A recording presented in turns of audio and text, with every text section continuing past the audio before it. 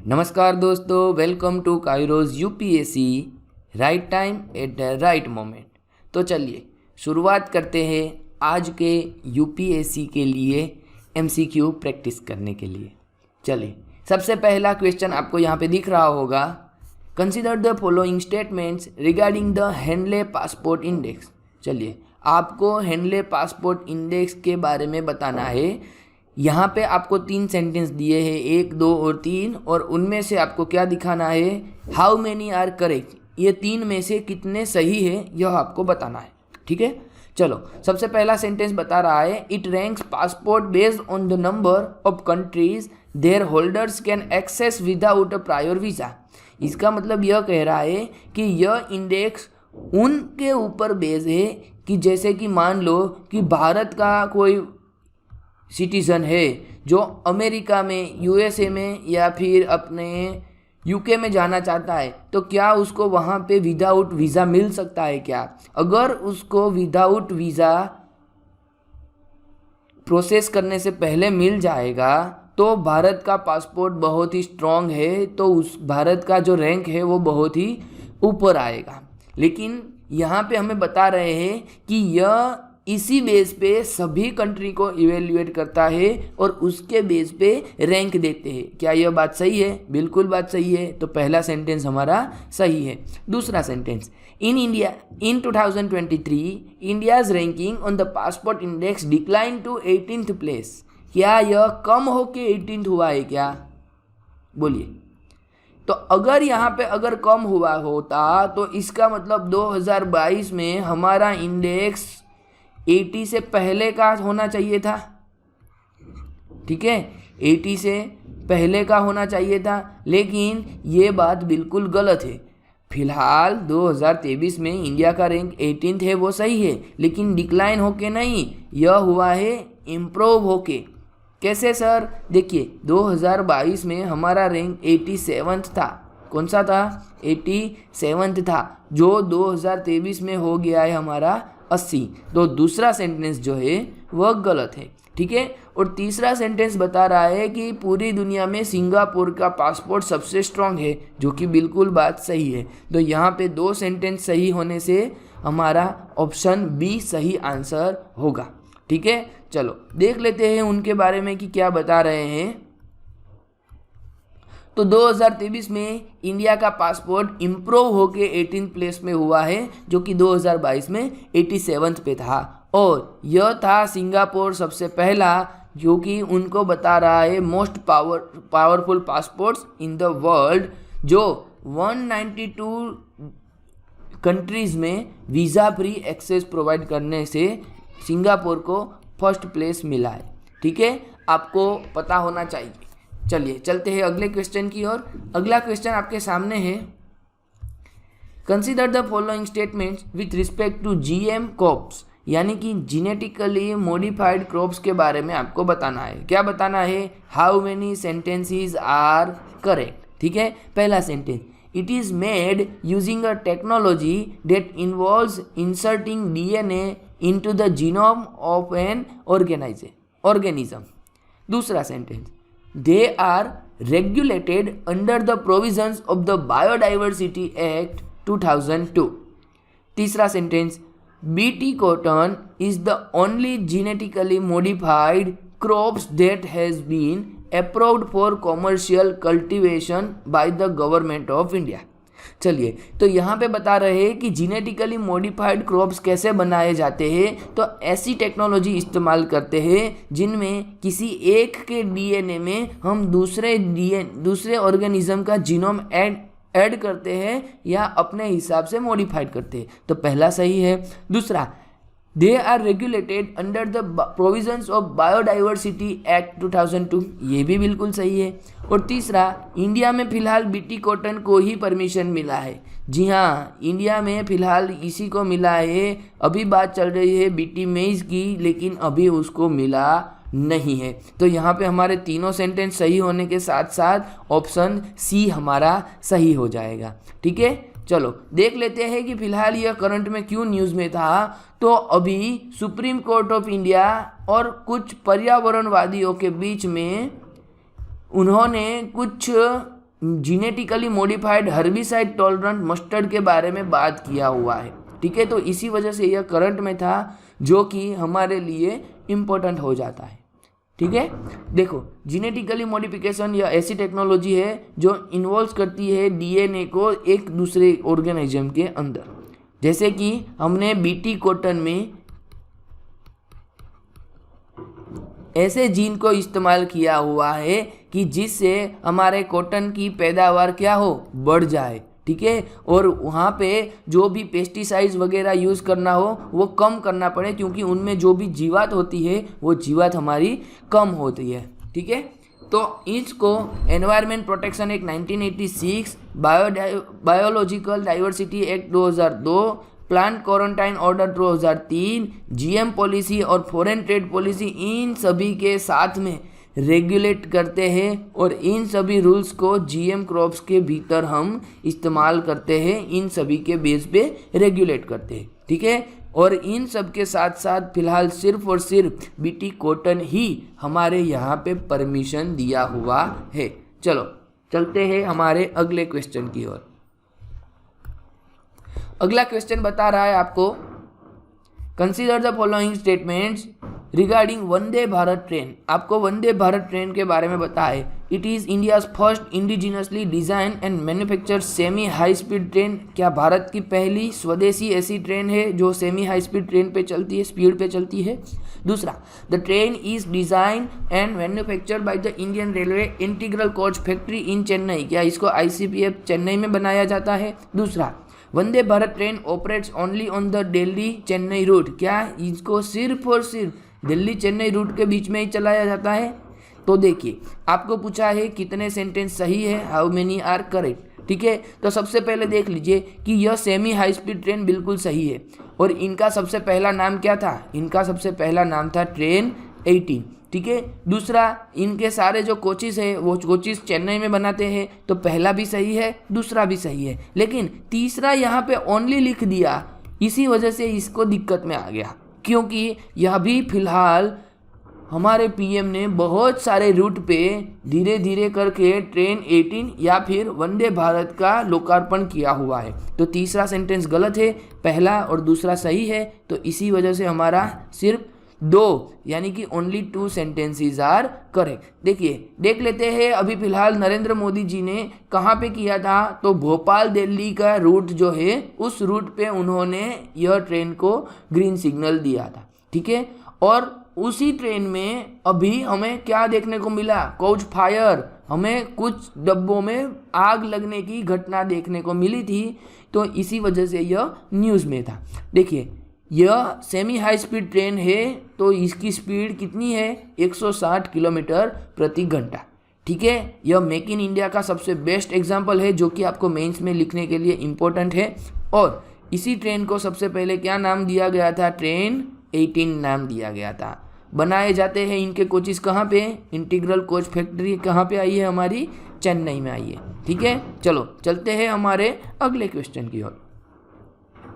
अगला क्वेश्चन आपके सामने है, आपको पूछ रहा है पिक्लोनिक एसिड के बारे में, और यह पोटेंशियल टू, यह क्या कर सकता है? क्या प्रिजर्व स्पेसिमेंस पर सेंचुरीज, क्या कुछ चीज़ों को सालों के सालों यह जिंदा या उसी अवस्था में रख सकता है? ब्लॉक वायरसेस, क्या वो वायरसेस को ब्लॉक कर सकता है? डिजोल्व मेटल्स, क्या मेटल्स को डिजोल्व कर सकता है?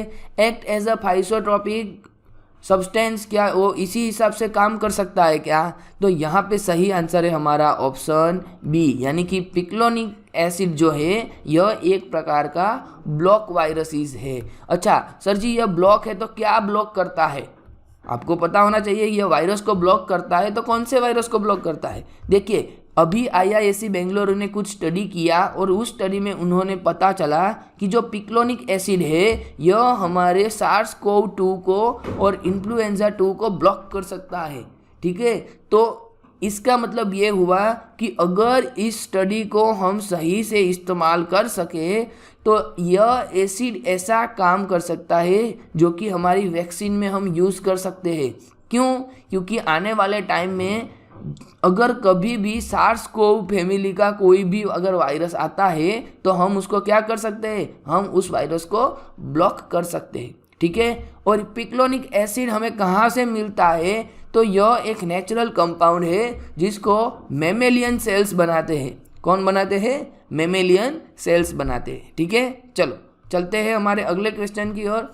अगला क्वेश्चन आपके सामने है, which of the statements about Rudragiri hillock in Andhra Pradesh is correct. चलिए, आपको पता चल गया कि भाई रुद्रगिरी हिलोक कहाँ पे आया है, यह आया हुआ है आंध्र प्रदेश में।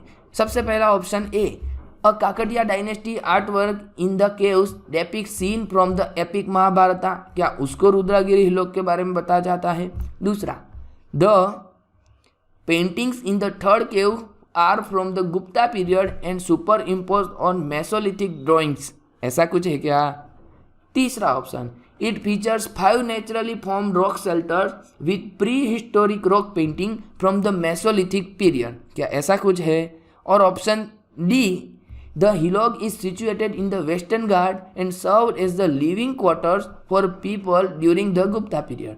तो बेसिकली हमें चारों ऑप्शन में से इतना पता चल गया कि रुद्रगिरी हिलोक जो है, जो कि करंटली आंध्र प्रदेश में आया हुआ है, यह हमारे किसी हिस्टोरिकल साइट के बारे में बता रहा है। और यह किसी हिस्टोरिकल साइट के बारे में हमको बता रहा है। और यह साइट किन के साथ जुड़ी है, क्या यह महाभारत यानी कि काकड़िया डायनेस्टी के साथ बात कर रहा है, क्या यह गुप्ता पीरियड की पेंटिंग के बारे में बात कर रहा है, या फिर यह रॉक पेंटिंग के बारे में बात कर रहा है जो कि मेसोलिथिक एरा की थी, या फिर यह बात कर रहा है गुप्ता पीरियड में वेस्टर्न घाट के दौरान जो लोग रहते थे उनके बारे में बात कर रहा है, ठीक है। तो इस क्वेश्चन का सही आंसर है ऑप्शन सी। यह क्या करती है, यह 5 नेचुरली फॉर्म रॉक शेल्टर्स है जो कि pre historic rock painting Mesolithic period की हमें यहाँ पे मिलती है, ठीक है। तो ऑप्शन सी बिल्कुल सही आंसर है। अब देख लेते हैं थोड़ा बहुत कि यह है क्या, कि आंध्र प्रदेश में रुद्रगिरी हिलोक जो है यह 1300 एडी में जो काकटिया डायनेस्टी थी वहाँ पे हमें कुछ मूरल पेंटिंग्स पाए जाते हैं। और यह मूरल पेंटिंग्स हमें प्री हिस्टोरिक मेसोलिथिक ईरा का आर्ट वर्क मिलता है, ठीक है।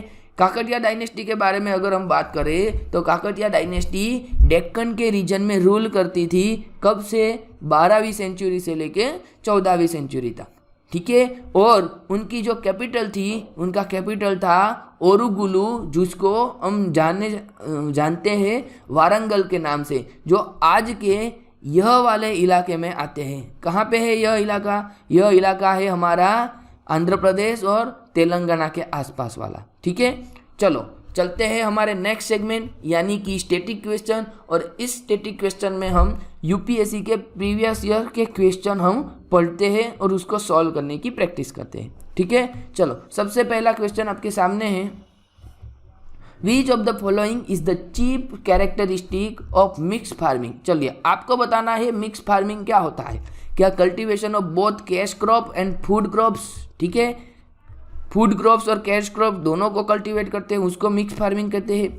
कल्टीवेशन ऑफ 2 और more crops in the same field, क्या इसको बताया जाता है। Rearing of animals and cultivation of crops together, हाँ, एनिमल्स का रियरिंग करना यानी कि पशुपालन करना और कल्टीवेशन ऑफ क्रॉप्स खेती काम करना, कृषि काम करना, यह दोनों को कहा जाता है। और ऑप्शन डी है नॉन ऑफ द अबव। तो आपको पता होगा कि अगर हम किसी खेत में एक साथ अगर हम 2 टाइप्स के अगर किसी पाक का हम उत्पादन कर रहे हैं, अगर हम कृषि कर रहे हैं उनके बारे में, तो उसको हम क्या बोलते हैं, उसको हम बोलते हैं मिक्स क्रॉपिंग बोलते हैं, ठीक है। लेकिन अगर हमने पशुपालन भी किया, रियरिंग ऑफ एनिमल्स भी किया और साथ साथ एग्रीकल्चर की प्रैक्टिसेस भी की, तो इसको हम क्या कहते हैं, इसको हम मिक्स फार्मिंग कहते हैं। तो हमारा सही आंसर हो जाएगा ऑप्शन सी, ठीक है। चलो चलते हैं अगले क्वेश्चन की ओर। Consider the following crops cotton, maize, groundnut, mustard. आपको बताना इनमें से खरीफ पाक कौन है। चलिए जल्दी कीजिए। क्या 1 और 2 सही है, क्या 3 और 4 सही है, क्या 1, 2 और 3 सही है, या फिर 1, 2, 3 और 4 यानी कि 4 और 4 सही है। तो आपको पता होगा कि कॉटन की बुआई, देखिए सबसे पहले आपको पता होना चाहिए कि खरीफ यानी कि जिनकी बुआई मॉनसून सीजन में होती है और जिनकी बुआई हम विंटर सीजन में करते हैं उनको हम क्या कहते हैं, उनको हम रबी क्रॉप कहते हैं। ठीक है, तो कॉटन की भी करते हैं, मेइज की भी करते हैं, ग्राउंडनट की भी करते हैं, लेकिन मस्टर्ड की हम तभी नहीं करते। मस्टर्ड की कब करते हैं, हम विंटर में करते हैं। अगर विंटर में करते हैं तो वो कौन सी क्रॉप्स हो जाएगी, रबी क्रॉप्स हो जाएगी। ठीक है, तो 4 नंबर गलत है, जहाँ पे 4 दिखेगा हम कैंसिल करेंगे। बाकी 1, 2, 3 सही होने से साथ साथ हमारा आंसर बी सही हो जाएगा। ठीक है, चलो चलते हैं आगे। इन इंडिया क्लस्टर बीन यानी किसको बोलते हैं, गुआर को बोलते हैं, is traditionally used as a vegetable और animal feed, but recently the cultivation of this has assumed significance, which can be the one of the following statements is correct in this regard। आपको ऐसा बता रहे हैं कि हम जो गुआर खाते हैं उनको हम एज अ फूड के हिसाब से खाते हैं, या फिर ऐसे वेजिटेबल इस्तेमाल करते हैं, या फिर हम हमारे पशुपालकों के, हमारे पशु होते हैं एनिमल्स को हम फीडिंग करवाने के तौर पे हम उनको प्रोवाइड करते हैं। ठीक है, लेकिन अभी रिसेंटली उसके बारे में कुछ स्टडी हुआ है, तो उनके बारे में आपको बताना है सही कौन सा है। तो ऑप्शन पहला है the oil extracted from seed is use in the manufacture of biodegradable plastic. वो बता रहे हैं कि हम गुआर के सीड से कुछ ऑयल एक्सट्रैक्ट कर सकते हैं जिनको बायोडिग्रेडेबल प्लास्टिक बना सकते हैं। दूसरा, हम कुछ ऐसा क्या बना सकते हैं, गम बना सकते हैं, जो कि कहाँ पे यूज़ कर सकते हैं, शेल गैस में इस्तेमाल कर सकते हैं। तीसरा है the leaf extract of this plant has the properties of antihistamines. ठीक है, एंटी हिस्टामाइंस के तौर पे हम उनको इस्तेमाल कर सकते हैं, ऐसी वो प्रॉपर्टीज बताते हैं। और ऑप्शन डी है it is a source of high quality biodiesel. क्या है, क्या यह बायोडीजल का सोर्स है? तो यहाँ पे आपको पता होगा कि जिस हिसाब से रिसेंटली स्टडी आई थी वहाँ पे ऑप्शन बी इसका सही आंसर है। ठीक है, तो बी ऑप्शन इसका सही आंसर हमें मिलता है। चलिए चलते हैं हमारे अगले क्वेश्चन की ओर। आपको बताना है यहाँ पे हाई यील्डिंग वेराइटीज क्रॉप्स के बारे में, और इनमें से वेट की कौन सी वेराइटी है यह आपको बताना है। क्या अर्जुन है, क्या जया है, या पद्मा है, या सोनालिका है। ठीक है, आपको बताना है इनमें से वेट की कौन सी आएगी। चलिए, सबको पता होगा सोनालिका के बारे में, सोनालिका शब्द सब ने इस्तेमाल किया होगा, कहीं ना कहीं उनको पता होगा। ठीक है, लेकिन बागे वाले 3 कौन से हैं उसमें आपको दिक्कत है। तो यहाँ पे 4 तो आएगा ही आएगा, तो जहाँ पे 4 नहीं है उसको आप रिमूव कर सकते हो। ठीक है, पहला गया, दूसरा गया, अब क्या बचा, 1 और 4 और 3 और 4 बचा। इसका मतलब 2 भी गलत है, जया भी नहीं आएगा क्योंकि उसका ऑप्शन ही नहीं बच रहा है। अब आपके सामने दिक्कत है कि क्या अर्जुन आएगा या फिर पद्मा आएगा। देखिए फ्रेंड्स, जब भी एग्जाम में ऐसे 50-50 के चांसेस लगते हैं कि भाई या तो सी आएगा या तो डी आएगा, तो आपको उसको अटेंड कर लेना है। ठीक है, अगर आप ऐसे क्वेश्चन को अटेम्प्ट नहीं करते हैं तो फिर आप प्रिपरेशन में, कंपटीशन में बहुत ही पीछे चले जाएंगे। तो यहाँ पे सही आंसर है ऑप्शन सी 1 और 4। ठीक है, यानी कि अर्जुन और सोनालिका। चलिए चलते हैं आज के आखिरी क्वेश्चन की ओर। आज का आखिरी क्वेश्चन आपको बता रहा है इकोनॉमी सेक्टर से। आपको पूछ रहे हैं कि बोथ एफडीआई एंड एफआईआई यानी कि फॉरेन डायरेक्ट इन्वेस्टमेंट और foreign institutional investor are related to investment in a country, which one of the following statements best represents difference. आपको बताना है कि एफडीआई वर्सेस एफआईआई के बारे में इनमें से कौन सा सेंटेंस सही है। ठीक है, चलो सबसे पहला पूछ रहा है कि एफआईआई जो है यह हेल्प करता है हमें बेटर मैनेजमेंट स्किल और टेक्नोलॉजी के बारे में, जबकि एफडीआई ओनली ब्रिंग्स कैपिटल। बोल रहे हैं कि एफआईआई स्किल और टेक्नोलॉजी देगा, जबकि एफडीआई जो है यह क्या देगा, सिर्फ और सिर्फ कैपिटल देगा। ये बात तो कुछ हजम नहीं हो रही है। दूसरा देखते हैं। चलिए दूसरे ऑप्शन की ओर देखते हैं। दूसरा ऑप्शन बता रहा है FII helps in increasing capital availability in general while FDI only target specific sector. तो आपको पता होगा कि एफआईआई जो है यह एफआईआई हमारे कैपिटल अवेलेबिलिटी को बढ़ाता है, यानी कि हमारे देश में जो इन्वेस्टमेंट करना है वो इन्वेस्टमेंट के तौर पे यह स्टॉक मार्केट के थ्रू यह काम करता है। जबकि एफडीआई जो है यह एफडीआई कुछ सेक्टर में टारगेट करके अपने यहाँ पे सब कुछ लेके आते हैं, फिर चाहे स्किल हो, टेक्नोलॉजी हो या फिर कैपिटल हो। तो ऑप्शन बी हमारा यहाँ पे सही सेंटेंस है। लेकिन फिर भी हम ऑप्शन सी देख लेते हैं। तो FDI flows only into the secondary market, नहीं भैया, सेकेंडरी मार्केट में तो कौन आता है? एफआईआई आता है। तो सी हमारा गलत हो गया, ये तो ऑलरेडी गलत था। डी देख लेते हैं। FII is considered to be more stable than FDI, यहाँ पे भी उन्होंने रिवर्स कर दिया। एफडीआई जहाँ पे लिखना था वहाँ पे एफआईआई लिख दिया और एफआईआई लिखना था वहाँ पे एफडीआई लिख दिया। ठीक है, तो स्टेबल कौन सा है? स्टेबल है हमारे यहाँ पे एफडीआई। तो डी भी गलत है, तो सही आंसर होगा हमारा ऑप्शन बी। ठीक है, तो चलिए ये थे हमारे आज के क्वेश्चन। ऐसे ही क्वेश्चन के लिए हमारे साथ जुड़े रहे। तब तक के लिए धन्यवाद।